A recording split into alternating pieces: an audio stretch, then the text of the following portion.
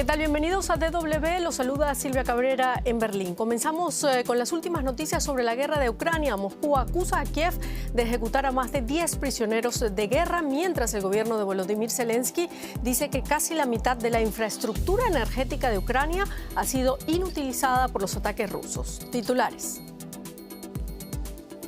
Ucrania asegura que la mitad de sus infraestructuras energéticas están fuera de servicio después de los ataques de Rusia. 1 de cada 4 ucranianos no tiene electricidad. Entre las regiones más afectadas está Kiev, donde se está trabajando para normalizar la situación. La COP27 debía terminar hoy, pero los países presentes en la conferencia no han llegado a un acuerdo para la declaración final. Seguirán negociando el sábado sobre la creación de un fondo de pérdidas y daños para las naciones más afectadas. Y el gobierno de Colombia iniciará negociaciones con el Ejército de Liberación Nacional, que lleva más de 50 años levantado en armas. El sector de los ganaderos participará en la mesa de diálogo con la guerrilla a petición del presidente Gustavo Petro.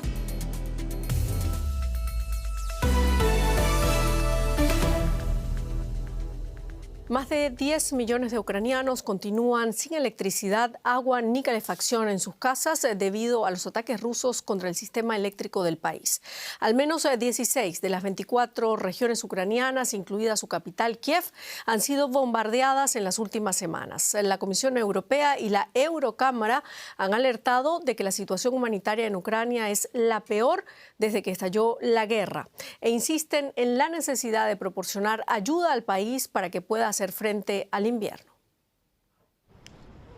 Tanques rusos capturados cubiertos por la primera nieve del invierno.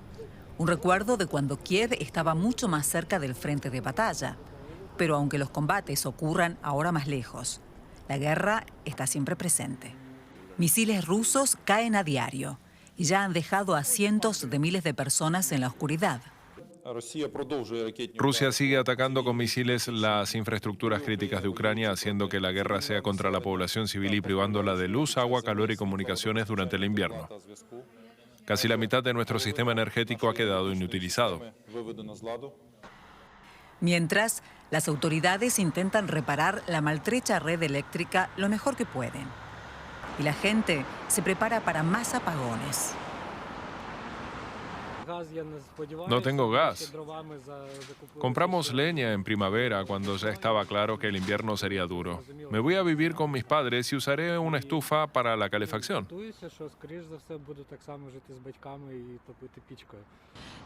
Esto hace la vida más difícil, pero he comprado linternas y velas, así que todo está bien. Sobreviviremos este invierno. Pero con los misiles rusos cayendo en toda Ucrania, para millones de personas, será un invierno frío y oscuro. Y este viernes debía ser el último día de la Conferencia Mundial sobre el Clima, pero los líderes mundiales reunidos en Egipto no logran llegar a acuerdos finales, por lo que la cumbre se amplía hasta el sábado. El objetivo es frenar el avance del calentamiento global y amortiguar las consecuencias del cambio climático para los países especialmente afectados. Expertos en protección del clima consideran que el proyecto de declaración final es una decepción. Están indignados y quieren compensaciones económicas ya. Activistas del clima y países del hemisferio sur exigen en la conferencia un resarcimiento por daños y pérdidas debidas al cambio climático. Si bien no hay una solución a la vista, existe cierta voluntad. La Unión Europea propondría un fondo y está presionando para que se llegue a un acuerdo porque es mucho lo que está en juego. La cuestión aquí es que no fracasemos, no podemos permitirnos este lujo. Si nuestros pasos no son recíprocos, está claro que fracasaremos, pero espero que podamos evitarlo. El fondo que propone la Unión Europea solo debería dar dinero a los países más pobres y según criterios estrictos, y con la condición de que los países emergentes con altas emisiones como China también participen. Es cierto que en Europa y en Norteamérica, como países industrializados, basamos nuestra prosperidad en los combustibles fósiles y somos responsables de los daños climáticos del pasado reciente y también de gran parte de los actuales. Pero todos los grandes emisores son responsables de los daños climáticos del futuro. Todos los países pueden demostrar ahora que están dispuestos a ser más ambiciosos y más solidarios. Los países en vías de desarrollo también están presionando para la creación inmediata de un fondo, pero no está claro si podrán llegar a un acuerdo porque otros, como Arabia Saudita, están poniendo trabas. Un ejemplo de cómo se puede avanzar se pudo ver en Panamá. En la Conferencia Mundial sobre la Vida Silvestre se logró un gran paso. Tras largas discusiones, 60 especies de tiburones quedaron bajo protección internacional por primera vez. Pero da la impresión de que en la conferencia sobre el clima de Sharm el-Sheikh, mucha gente tiene que dar pasos significativos para que haya también allí avances tangibles y no solo amables declaraciones. Bueno, y Paco Furió está aquí ya listo para la economía. Paco. Gracias, Silvia. Continúa la cascada de dimisiones en Twitter después del ultimátum lanzado por el nuevo jefe de la red social, Elon Musk, a sus empleados.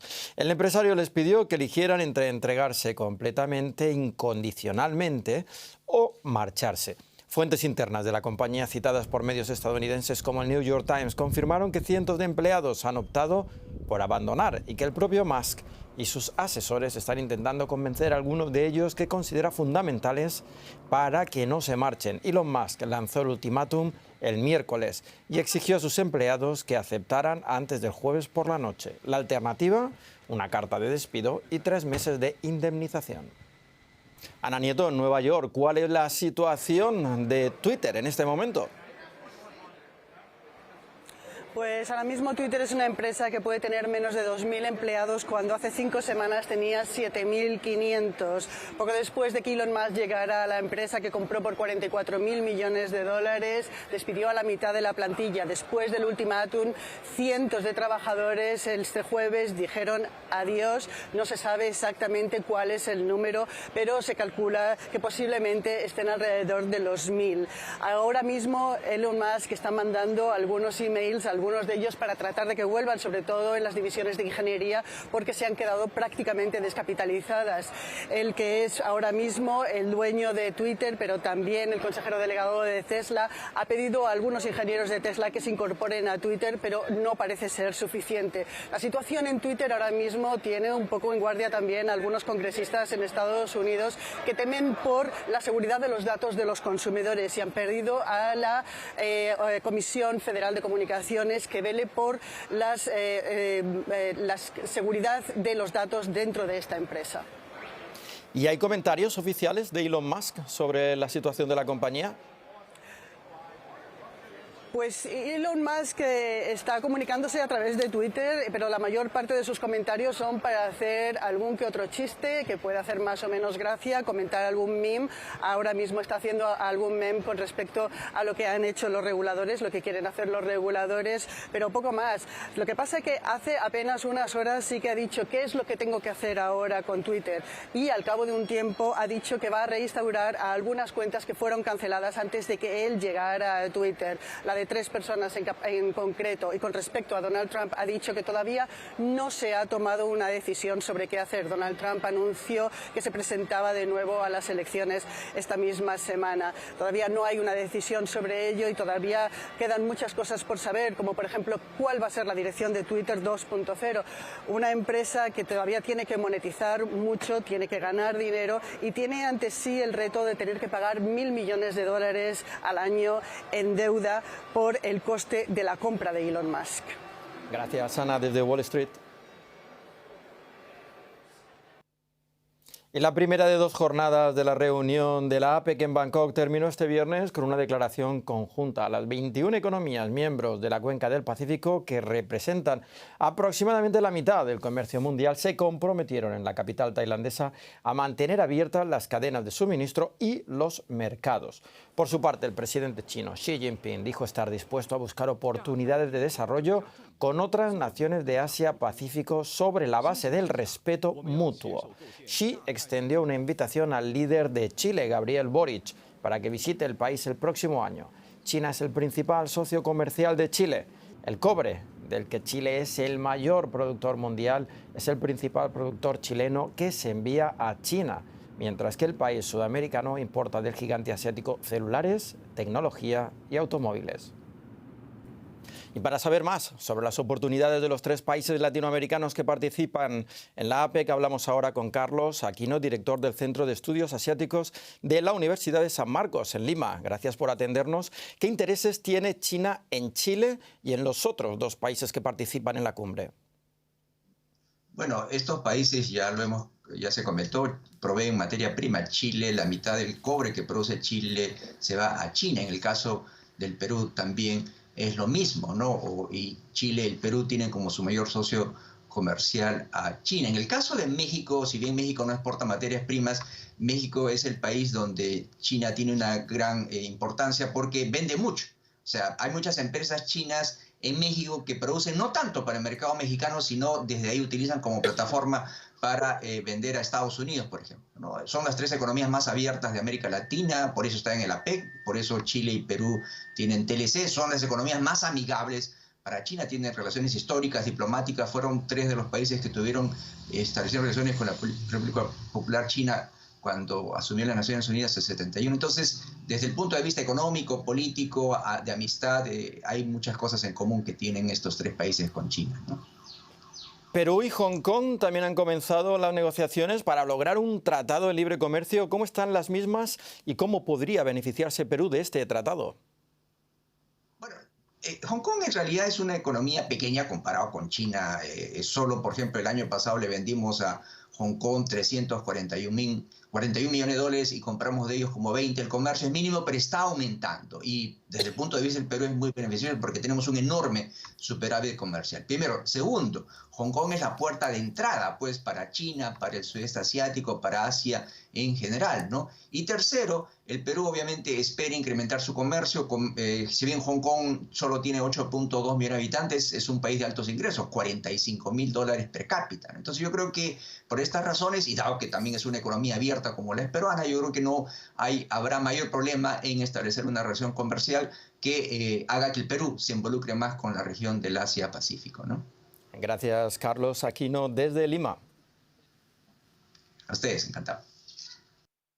Hasta aquí la economía, pero seguimos en Latinoamérica. Exactamente, en Ecuador, porque una nueva masacre carcelaria dejó al menos 9 muertos. Fue este viernes en la cárcel El Inca en Quito, así lo informó la Fiscalía General del Estado.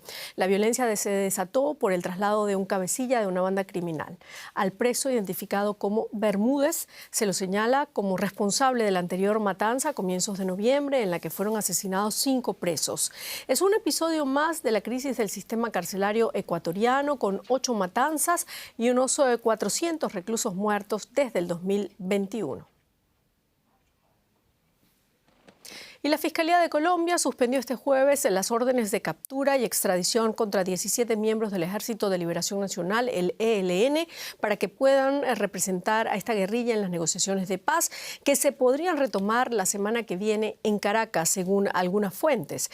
El ELN aún no anunció quién será su interlocutor en estos diálogos. Por parte del gobierno, el jefe negociador será Oti Patiño, ex guerrillero de la extinta M-19 y desde hace años asesor para esos procesos. La decisión llega en concordancia con la postura del presidente del país, Gustavo Petro, quien promueve una política de paz total. Bogotá, Alexandra, un acuerdo con el ELN sería el fin de una guerra de más de medio siglo ya en Colombia. El hombre encargado de liderar esa mesa de diálogo será Oti Patiño. ¿Quién es este hombre? Figura clave además para el país en este momento. Silvia, se trata de un antiguo compañero de lucha de Gustavo Petro, quien lo acompañó en la militancia del grupo guerrillero M-19 desmovilizado en los años 90, un acto que dio paso a la Asamblea Constituyente de 1991, en donde Patiño fue incluido como miembro para reescribir la Carta Magna colombiana, que hoy está vigente y que, recordemos, fue la transición de la constituyente conservadora y autoritaria. Hoy Patiño resurge en la escena política, si así pudiéramos calificarlo, Silvia, con un papel clave, siendo el jefe negociador negociador del actual gobierno colombiano ante la guerrilla más grande que queda aún en Latinoamérica y que quedó con los diálogos suspendidos, como lo dijiste, tras el atentado de su autoría en 2019 que dejó decenas de cadetes de policías muertos. Delegar a un exguerrillero como jefe de negociación se puede leer como haber pensado en una ficha conocedora de las raíces del conflicto armado aquí en Colombia que daría más confianza a los líderes de la insurgencia del ELN que se sentarán en Venezuela efectivamente a negociar con este nuevo gobierno, Silvia. Alexandra, ¿ha sorprendido la invitación del presidente Petro al representante de los ganaderos para que forme parte de la mesa de diálogo? ¿Por qué es tan importante que Félix Laforí se siente con el ELN? Bueno, hablar de Félix Laforí en Colombia es inmediatamente ubicarlo en la férrea oposición a Petro. Laforí viene de una familia política de derecha conservadora y como presidente de la Federación de Ganaderos de Colombia, un sector clave para la reforma agraria que busca Petro para acabar con el conflicto armado, ha sido muy golpeado a causa de extorsiones, de secuestros, de robos de ganado por parte de los grupos armados. Laforí se convertiría en una figura clave, Silvia, muy simbólica e influyente para la reconciliación y el pacto social en busca de una paz total propuesta por el presidente Gustavo Petro. Laforí, que ha criticado el proceso de paz con las FARC, tendrá la atención encima, pues ya hay quienes lo ven como un escéptico en este proceso. Está por verse qué sucede y cómo va a ser su papel dentro de esta mesa de negociación. Silvia Cabrera. Estaremos pendientes. Muchísimas gracias, Alexandra Correa en Bogotá. Y el gobierno de Estados Unidos determinó este jueves que el príncipe heredero saudita Mohammed bin Salman tendría inmunidad en el caso del asesinato del periodista Jamal Khashoggi. Su decisión se basa en el reciente nombramiento del príncipe como primer ministro de su país. Khashoggi fue asesinado en el 2018 en el consulado saudita en Estambul por los servicios secretos de Arabia Saudita. Según Estados Unidos, bin Salman dio la orden para el asesinato. La Casa Blanca afirmó que esta decisión no está determinada por las relaciones entre ambos países, deterioradas por el reciente apoyo de Riad a la disminución de la producción de petróleo de la OPEP. Vamos ahora con un resumen de otras noticias importantes del día. El fiscal general de Estados Unidos anunció la designación de un fiscal especial para investigar al expresidente Donald Trump. Jack Smith dirigirá las investigaciones sobre la posible implicación de Trump en el asalto al Capitolio y los documentos clasificados hallados en su residencia particular de Mar-a-Lago. En Irán, miles de personas salieron de nuevo a las calles para manifestarse contra lo que consideran un régimen autoritario. El día anterior, un grupo de personas incendió la casa natal del fundador de la República Islámica, el ayatolá Ruhollah Khomeini, convertida hoy en un museo. Y un tribunal dictaminó que el ex vicepresidente de la FIFA, Jack Warner, podrá ser extraditado a Estados Unidos para enfrentarse a cargos de corrupción. Warner, oriundo de Trinidad y Tobago, es acusado de aceptar sobornos para influir en la votación para entregar a Qatar los derechos de la sede del Mundial que comienza el domingo próximo. La FIFA lo inhabilitó de por vida en el 2015. Por cierto, la FIFA dio marcha atrás y no se va a permitir la venta de alcohol en el marco del Mundial de Fútbol que arranca, como dijimos, este domingo allá en Qatar.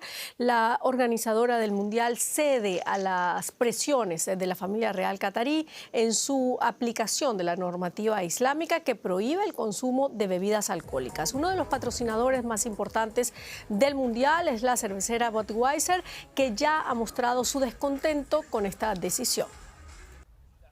Pero este es solo uno de los muchos problemas de este mundial. Durante más de una década, millones de trabajadores inmigrantes trabajaron en la construcción de 8 estadios, el reacondicionamiento del aeropuerto y un nuevo sistema de transporte público.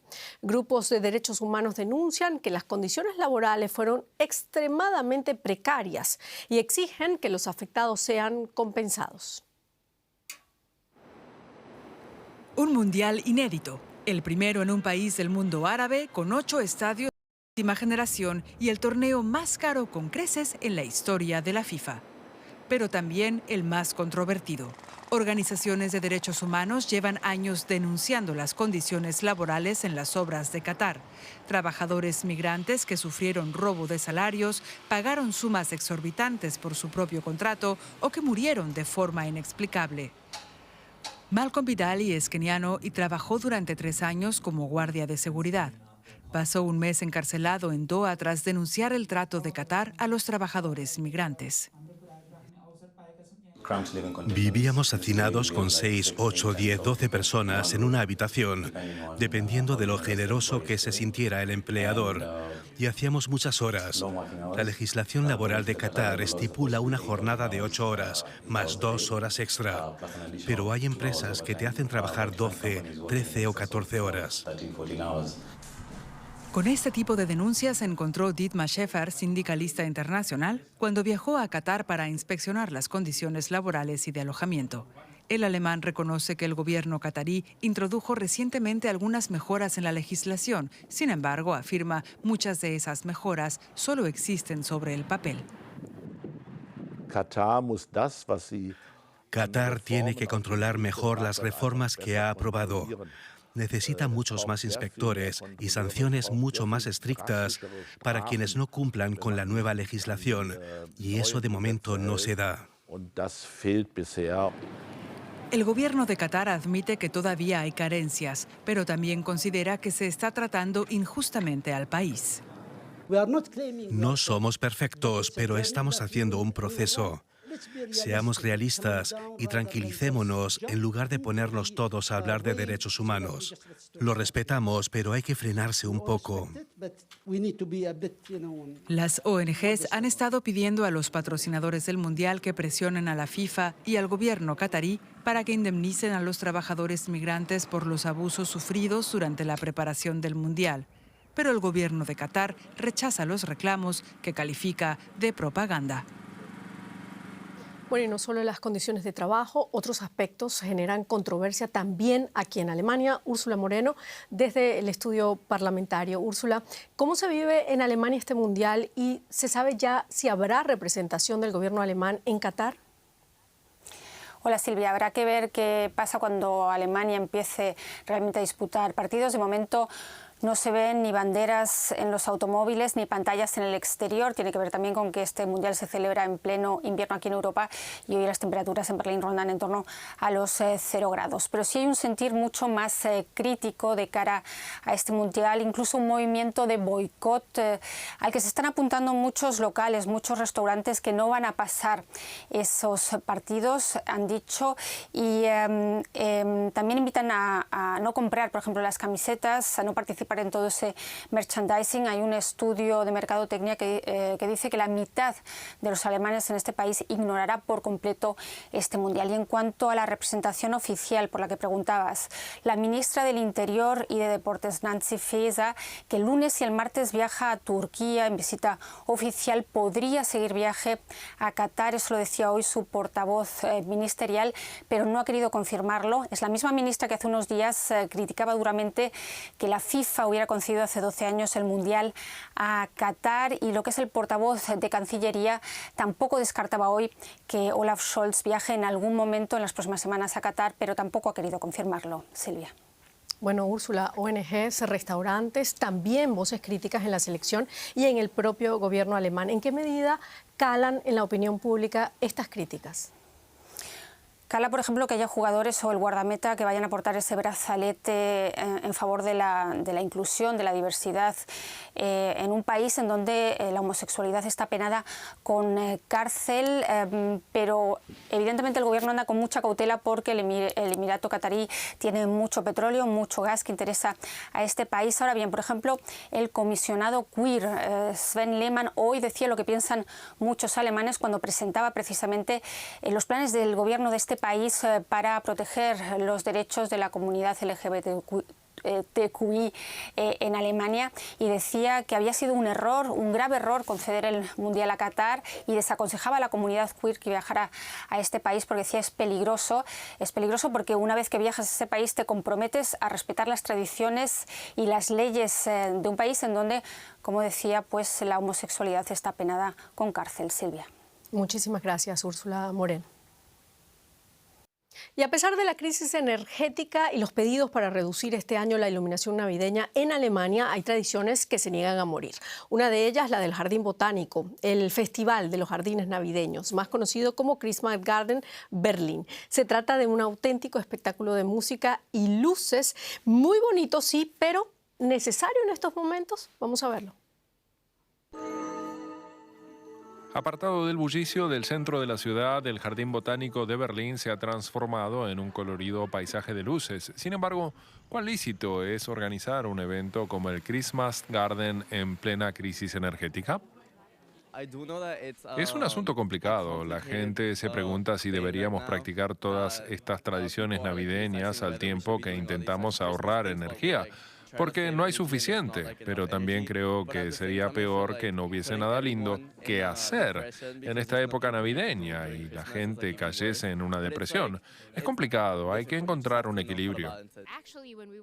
Cuando entramos aquí, justo estábamos comentando que algunos mercados navideños no abrirán este año debido a la crisis energética.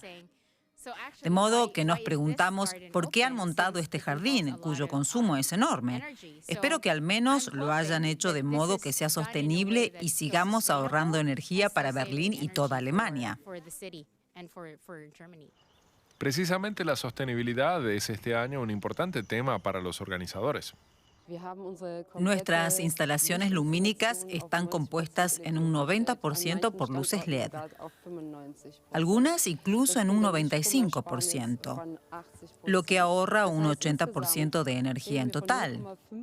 Así que hablamos de 0,56 kilovatios hora por visitante, lo que equivale a usar una plancha 19 minutos o una cafetera eléctrica 20 o 30 minutos. Además, en este debate no podemos olvidar que la gente que viene al Christmas Garden no está usando electricidad en su casa. Ya desde antes de la crisis, el Jardín Botánico tuvo que tomar medidas para ahorrar energía. Este es un jardín botánico con amplios invernaderos. Llevamos años con un proceso de reconversión energética, empleando una gran cantidad de tecnología con el objetivo de consumir lo menos posible. Tenemos un jardín tropical acristalado de 16.000 metros cuadrados, que sin energía no sería posible mantener, ya que los inviernos en Berlín son fríos y grises. Pero precisamente por eso nos parece fundamental ser energéticamente sustentables, consumir lo menos posible y emplear fuentes renovables. Este jardín navideño seguirá abierto hasta mediados de enero y sus visitantes podrán olvidarse de las crisis mundiales durante unos momentos. Y con eso terminamos nuestro informativo. Gracias por habernos acompañado. Hasta luego.